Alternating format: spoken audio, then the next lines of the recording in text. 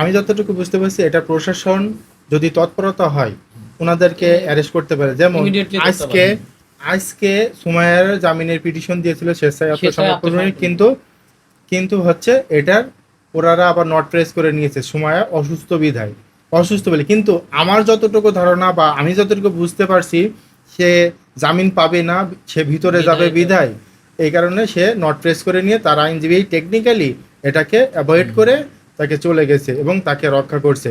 এখন আপনারা যেটা বললেন যে তাকে অ্যারেস্ট করছে না কেন বা কী কারণে অ্যারেস্ট করছে না, এই বিষয়টা আমার বোধগম্য না জানার, বা আমিও জানি না এটা পুলিশ প্রশাসন কি করতেছে বা কিভাবে তাদেরকে হচ্ছে প্রোটেক্ট করতেছে, না তাদেরকে অ্যারেস্ট করতেছে না না স্বজনপ্রীতি দেখাচ্ছে, এটা তাদের বিষয়।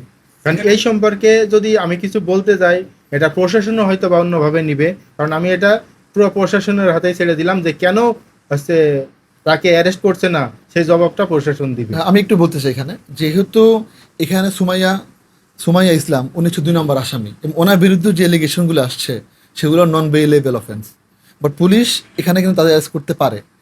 পুলিশের সুমোটো, ইভেন আমরাও যারা বাদী পক্ষ আমরাও চাই পুলিশ অ্যারেস্ট করুক, বাট আমরা আদালতের কাছেও আমরা চেয়েছি, ইভেন আমরা পুলিশকেও বলি যে পুলিশ কিন্তু তাকে অ্যারেস্ট করতে পারে, চাইলেই করতে পারে, কারণ non bailable offence, cognizable offence, police করতে পারে।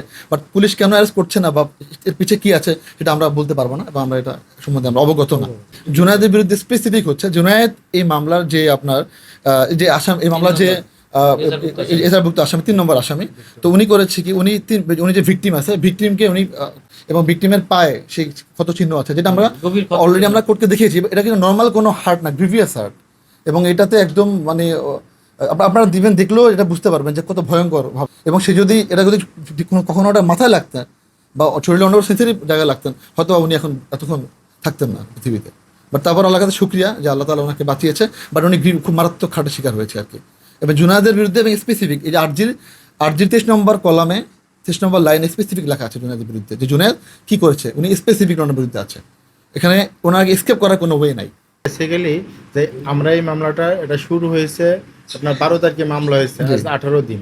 এই মামলার তদন্ত রিপোর্ট আসতে গেলে আপনার 2 মাস থেকে 3 মাস সময় লাগবে বেসিক্যালি।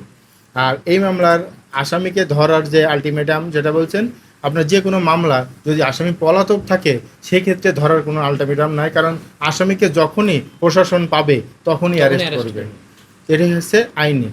যদিও এই মামলার এখন তদন্তাধীন আছে, তো আমরা আশা করব আমরা যেন তাড়াতাড়ি মামলাটা আমরা শুরু হয়ে চলে আসে। যদিও দেখেন সালমান শাহর মামলা যেটা আমরা জানি, সালমান শাহর মামলা কিন্তু তদন্ত রিপোর্ট কত বছর পর আসছে, মোরালেস 15-20 বছর পরে আবার চেঞ্জ হয়ে আসে।